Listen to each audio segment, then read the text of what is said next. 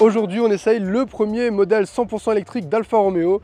Et oui, même le constructeur qui a créé le fameux V6 Busso passe à l'électrique. Bonjour à tous, c'est Pedro. Aujourd'hui, on se retrouve pour un nouvel essai. Et comme vous l'aurez compris, on essaye le tout nouveau Alfa Romeo Junior. Ici, on a une version donc électrique de 156 chevaux. Il existe plusieurs versions, le 156 chevaux et le 280 chevaux, donc la version Veloce, ainsi qu'un moteur hybride avec le 1 litre de PureTech, malheureusement, de 136 chevaux. Avec ce modèle, Alfa Romeo souhaite redynamiser un petit peu la gamme en apportant un véhicule plus petit pour toucher donc une clientèle plus large. Mais moi, en tant qu'alphiste, ce que je me pose comme question, c'est qu'est-ce que ça donne en termes de comportement? Parce que j'ai déjà essayé des modèles qui se basent sur cette plateforme et j'ai pas été conquis en termes de dynamisme.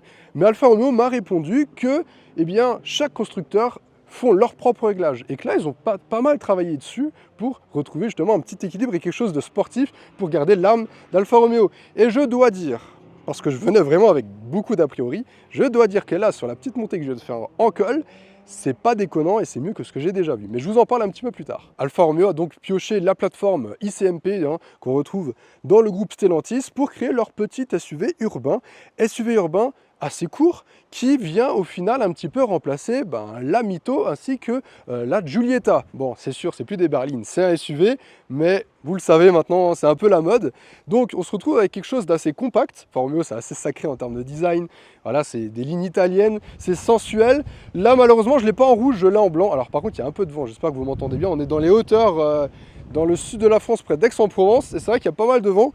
Normalement, avec la moumoute, ça va. Donc ouais, je disais des lignes assez sensuelles, surtout en rouge. Là, malheureusement, donc j'ai le blanc, mais ça n'empêche pas d'avoir plein de détails en termes de design liés à la marque, notamment déjà le Scudetto qui évolue. Là, c'est clairement différent. On retrouve au final la partie là, donc la croix, ainsi que le serpent qui mange le petit bonhomme d'ailleurs. La version thermique à l'inscription Alfa Romeo en toutes lettres avec l'ancienne typo, c'est assez classe. Ça fait des petits rappels à l'histoire. Par contre, on n'a plus le logo ici, on le retrouve donc sur le capot. Ça, je trouve ça un petit peu bizarre. C'est vrai qu'on a l'habitude de l'avoir sur le Scudetto, mais donc toujours en forme de V avec les grandes aérations en partie basse, les signatures lumineuses en 3 parties avec donc ces petites lamelles, même si on en a une encore ici qui est claire, et on a même des petits rappels sur le côté, tiens. C'est étrange, on dirait des petits rappels US. Mais globalement, là, on reconnaît bien Alfa Romeo. Là, avec le Scudetto et tout, on ne peut pas se tromper. Pareil au niveau des jantes. Alors là, c'est pas des ronds complets, mais on retrouve quand même un petit peu la forme des jantes téléphone. Ça, ils ont voulu le garder parce que voilà, ça reste une identité propre à Alfa Romeo et ça, c'est cool. Aujourd'hui, on est sur les finitions spéciales. Les finitions spéciales, c'est la finition de lancement. Donc, assez bien équipé tout de même. Vous allez voir qu'à l'intérieur, on a des superbes sièges. Et sur le profil, on a un petit insert rouge sur le bas de caisse, assez léger, qui donne un petit côté légèrement sportif. Autrement, c'est assez lisse, c'est assez calme. Il n'y a pas de ligne très dynamique, je trouve, personnellement. Après, on a quand même cette petite ligne là qui crée le galbe de l'aile, mais c'est assez léger. Par contre, on retrouve quand même la petite poignée comme sur la Giulietta, ça me rappelle la mienne. Et puis là, très discret, on a le serpent. Ça, c'est vraiment sympa. Alors, je sais pas si on le voit trop à la caméra, mais on a un petit insert comme ça en relief. Et sur l'arrière, personnellement, je dois vous avouer que j'ai un peu du mal. J'ai un peu du mal avec cet arrière. Je trouve qu'il est, je sais pas, il est un peu trop épais. Je ne saurais pas vous l'expliquer. Mais je trouve qu'il y a quelque chose qui ne marche pas. Après ça, c'est les goûts et les couleurs. Vous me direz ce que vous en pensez en commentaire. On retrouve le petit liseré en partie basse.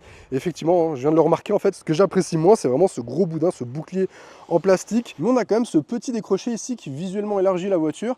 Mais c'est vrai que de couleur carrosserie, je pense que ça pourrait beaucoup mieux rendre. Et ça rajouterait un petit côté premium. Tout comme les arches de roue qu'on a sur les finitions hautes en brillant sur le tonalé. Donc c'est vrai qu'ils auraient peut-être pu le mettre là. Ça aurait rajouté un petit cachet. Autrement, on retrouve toujours les signatures lumineuses en 3 parties, donc apparues d'ailleurs sur le tonal, avec la petite caméra de recul qui est relativement bien incrustée, la typo Alfa Romeo, ça j'adore, par contre, ça c'est cool, ça fait un peu comme à l'époque avec la Giulietta, là c'était marqué en dessous du logo, ça c'est cool. Par contre, en parlant du logo, effectivement, on l'a plus du coup, on a juste l'inscription Alfa Romeo, pourquoi pas. Les feux sont donc translucides avec un effet cristal comme ça, donc quand c'est éteint, tout est noir et blanc, c'est assez sympa, mais c'est vrai que est-ce que vous pensez, est-ce que vous trouvez qu'il y a encore la patte d'Alfa? Il y a quelques petits détails qui nous rappellent effectivement, mais sur l'arrière, franchement, que ça marche pas trop en fait. C'est pas sensuel comme le reste, avec des lignes très douces, très arrondies. Là, à l'arrière, ça l'est un petit peu moins. On a un effet boomerang, ça me rappelle un peu les Maserati de l'époque. Vous me direz ce que vous en pensez. On va passer au coffre. On a un haillon électrique, ça c'est cool pour cette gamme-là. On a un volume de chargement de 415 litres sur la version thermique et 400 litres sur la version électrique. Donc on n'a pas une énorme perte. Ça, c'est assez sympa. On a un petit compartiment juste en dessous pour ranger les câbles. Et puis autrement, on a une petite prise 12 volts juste là. On a les sièges qui se rabattent à l'aide de petites poignées situées juste là en 40 par 60. Je vous ai parlé des puissances, mais je ne vous ai pas encore parlé de la batterie. Eh bien, comme on a donc la plateforme ICMP, on retrouve le même bloc moteur ainsi que batterie, c'est-à-dire le 156 chevaux avec la batterie de 54 kWh, ce qui nous permet d'avoir une autonomie annoncée de 410 km en cycle mixte WLTP. Concernant la charge, on retrouve la trappe sur la gauche, on a le type 2 qui encaisse jusqu'à 11 kW et on peut encaisser jusqu'à 100 kW en courant continu. 100 kW, c'est vrai que sur le papier ça paraît un petit peu faible, mais au vu de la taille de la batterie, ça suffit largement puisqu'on recharge la batterie de 10 à 80% en environ 27 minutes. Donc c'est assez correct. Allez, à présent on va passer à l'intérieur, mais avant ça, je vous invite à vous abonner à la chaîne si ce n'est pas encore fait. Sur cette chaîne, je sors un essai tous les dimanches, donc n'hésitez pas à vous abonner pour ne pas les louper. Allez, on est parti. L'habitacle adopte un look sportif sous l'esprit de la marque, ou presque. Je m'explique. On retrouve effectivement pas mal d'éléments qu'on apprécie chez Alfa Romeo, notamment la casquette de compteur avec les grandes buses, les buses d'aérateur d'ailleurs rondes comme ça, et puis les superbes sièges Sabelt, ici optionnels, donc c'est une option à 2600 €. C'est des sièges baquets qui ont un excellent maintien pour le coup. J'ai vraiment l'impression d'être assis dans une voiture sportive. On a le logo Alfa Romeo, l'inscription Alfa, toujours avec le triangle en forme de Scudetto, et puis regardez-moi ce design, vraiment on dirait une colonne vertébrale. On est super bien installé. Alors je pense qu'ils sont un poil moins confortables que les autres. J'ai pas encore pu les essayer, je sais pas si je vais pouvoir les essayer. Je trouve que c'est vraiment la pièce maîtresse de l'habitacle qui est vraiment excellente.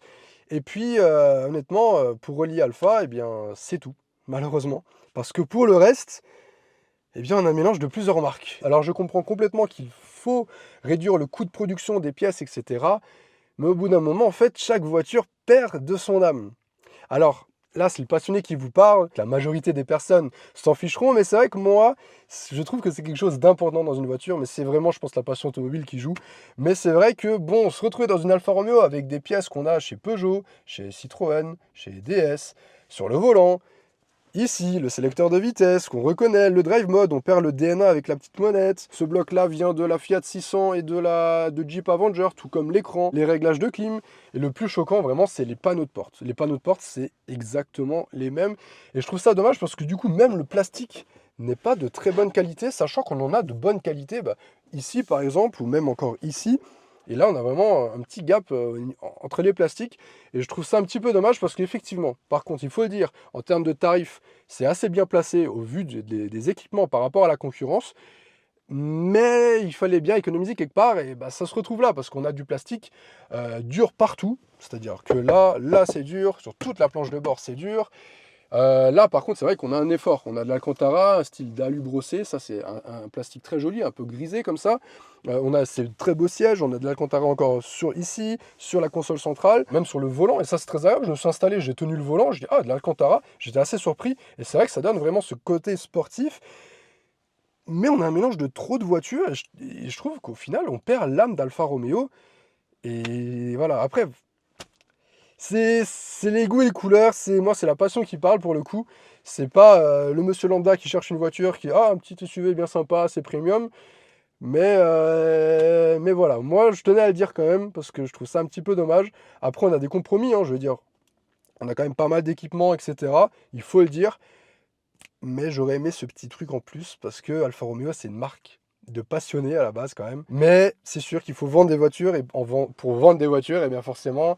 il faut toucher le plus grand nombre de personnes. Donc, je comprends tout à fait Stellantis. Je suis quand même assez curieux d'avoir votre point de vue, donc n'hésitez pas à me le laisser en commentaire. On va peut-être pouvoir en débattre. Ça peut être fort intéressant. Ici, on a un écran numérique avec plusieurs affichages. Ici, on a les flux avec la batterie, tout ce qui aide à la conduite. On a la conduite semi-autonome de niveau 2. La consommation. Alors, regardez surtout pas les consos. Vraiment, je viens de monter le col dynamiquement. Donc voilà, on a le GPS, etc. C'est assez complet. Un écran avec Apple CarPlay, Android Auto. On a la totale. L'engine start qui se trouve là, c'est vrai que ça fait un petit côté supercar, il faut le dire. On va rapidement aller faire un petit tour à l'arrière. Alors déjà, visuellement, ça a l'air d'être un poil étroit. Qu'est-ce que ça donne? Ouf, je vais me taper contre le siège. Ok. Alors, bon, le siège baquet est assez creusé tout de même. C'est vrai qu'on a... Par contre, il est vraiment magnifique. On a vraiment quelque chose de très moderne, très sculpté. Mais forcément, au niveau des genoux, c'est un petit peu compliqué. Je pense que c'est mieux quand on n'a pas les sièges baquets. Après, au niveau des pieds, je les passe un petit peu sous le siège. Mais par contre, et ça c'est assez appréciable, au niveau de la garde au toit, malgré que c'est un léger coupé, eh bien on a quand même de l'espace. Je fais 1m84, je vous le rappelle. Je ne sais plus si je viens de le dire ou pas, mais on est quand même bien installé. On n'a pas d'accoudoir central. La banquette est assez moelleuse, par contre, ça c'est mieux. C'est plus confortable qu'à l'avant. Bon, par contre, on retrouve tout le plastique partout. On a une petite prise USB type C, ça c'est pratique pour les passagers. Et on peut également avoir en option un toit ouvrant. Allez, je vais me remettre devant et je vais vous donner mon ressenti derrière le volant. Avant de vous parler un peu plus en détail du ressenti de conduite, je voulais vous dire que tout à l'heure, on va sur circuit essayer la version sportive, donc la 280 chevaux, la finition Veloce, qui a subi un traitement plus sportif avec des plus gros freins, etc. Oh là là, mais un peu de frein, on arrive un peu à le placer. Et lorsqu'on relâche, on a limite... Oh là, c'est excellent! Il y a vraiment l'arrière qui suit un petit peu, qui gigote avec. Donc si ce modèle vous intéresse, je vous invite à vous abonner car je sortirai la vidéo très prochainement sur le circuit, etc. Je vous embarque avec moi, ça risque d'être fort sympathique. Mais aujourd'hui, on essaye cette version. Donc on va se contenter des 156 chevaux qui sont déjà largement suffisants au quotidien. On va pas se le cacher. C'est super doux. On a 3 modes de conduite, donc le mode Eco, donc Advanced Efficiency, le mode Natural et le mode Dynamic pour le mode sport. Donc on garde le DNA dans le nom, mais pas dans la molette. Et donc, on va tester un petit peu en mode sport quand même. Je vous parlerai de l'utilisation au quotidien juste après. En tout cas, bon, on va un peu hausser le rythme. On est dans l'école et ça, c'est assez cool. On a des superbes routes ici, c'est magnifique. Alors, ça prend un peu de roulis. Forcément, on est sur un SUV non sportif, je le rappelle. Mais je dois dire que c'est quand même mieux que ses cousins, cousines du groupe Stellantis. Vous voyez que là, c'est sûr que ça prend un peu de roulis. Par contre, on a l'ESP qui vient tout de suite s'enclencher. Là, il ne l'a pas fait, mais ça a tendance à vite patiner quand même. Le train avant est un peu dépassé par la puissance qu'il y a. Mais, regardez, c'est pas déconnant non plus. On peut prendre un peu de plaisir sans que ce soit non plus radical, sportif. C'est pas le cas, c'est pas l'objectif de ce modèle-là, de cette version-là, du moins en 156. Voilà, on peut prendre un peu de plaisir quand même dans les courbes, c'est cool. Bon, il y a ma valise qui gigote derrière. Mais là, pour sortie de virage, pied dedans, ça se déplace relativement bien, hop, même si on le met un petit peu en défaut, en contrainte, c'est pas non plus, c'est pas dangereux, c'est assez sain comme comportement. Par contre, il manque un petit peu de rigidité dans le volant, c'est très très souple, c'est mieux qu'en mode éco, mais c'est pas assez. J'aurais bien aimé quelque chose d'un peu plus ferme encore dans la direction, question d'avoir un meilleur ressenti. Là, par contre, effectivement, en remontée d'information, à part les pneus qui patinent, je veux dire, on sent pas grand chose. Mais c'est pas, comme dit, le but de la voiture. Ça reste quand même une très bonne auto. Je m'attendais vraiment à moins que ça, pour être franc. Donc je suis quand même content de retrouver ce comportement un poil plus dynamique que ses cousines. Et ça fait quand même plaisir. Voilà, on a quand même ce petit traitement en plus d'Alfa Romeo. Et ça, c'est cool. Maintenant, on va calmer un petit peu le jeu.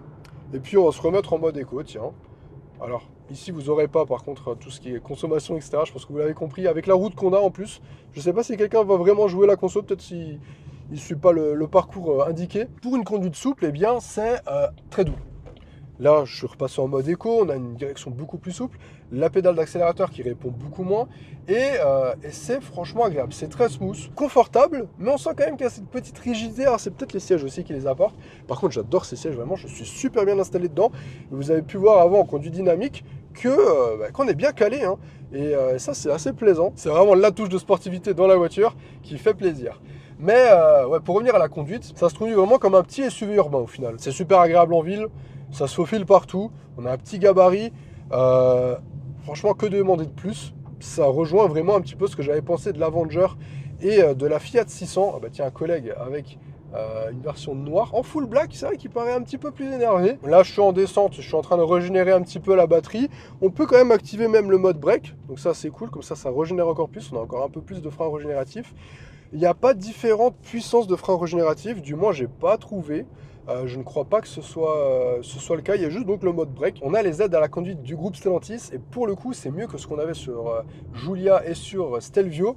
Donc ça c'est un gros step up et puis ça se débrouille vraiment bien. Parlons à présent des tarifs. Cette version 156 chevaux électrique débute à partir de 37 700 €. Et il faudra compter 46 900 € pour la version Veloce avec ses 280 chevaux. Sans oublier la version thermique qui se situe elle un peu en dessous des 30 000 €. Bon alors, ce Junior, est-ce que je l'ai apprécié ou non? Eh bien pour le coup, je suis comme je vous ai dit venu avec beaucoup d'a priori sur ces essais. Je me suis dit que j'allais pas du tout aimer et je dois dire que c'est quand même une bonne voiture. C'est une bonne voiture, mais c'est pas une bonne alpha. Franchement, la proposition est cool, en termes de tarifs, c'est sympa. On a quand même une bonne présentation, même si on a trop de plastique dur. Je veux dire, ça présente quand même bien visuellement. Le dessin est sympa, on a des très beaux sièges optionnels, je le rappelle. Pour la ville, c'est super. Nous permet quand même de sortir de la ville avec ses plus de 400 km d'autonomie. Donc on peut se dire qu'on part en week-end, même en vacances, en prévoyant donc les petits arrêts de recharge. Mais globalement, c'est quand même une voiture réussie. Plus sympa à conduire que ses concurrentes. Du même groupe, je veux dire. Donc je suis quand même assez agréablement surpris par la proposition que je trouve finalement pas déconnante. Enfin bref, j'espère que cet essai vous aura plu. Si vous avez des questions sur ce Junior, n'hésitez pas à les laisser en commentaire. J'y répondrai avec grand plaisir. N'oubliez pas de vous abonner si vous ne souhaitez pas louper l'essai de ce Junior Veloce en 280 chevaux sur le circuit du Castellet. Franchement, ça envoie. Sur ce, je vous dis à très bientôt pour de prochaines vidéos. Allez, salut!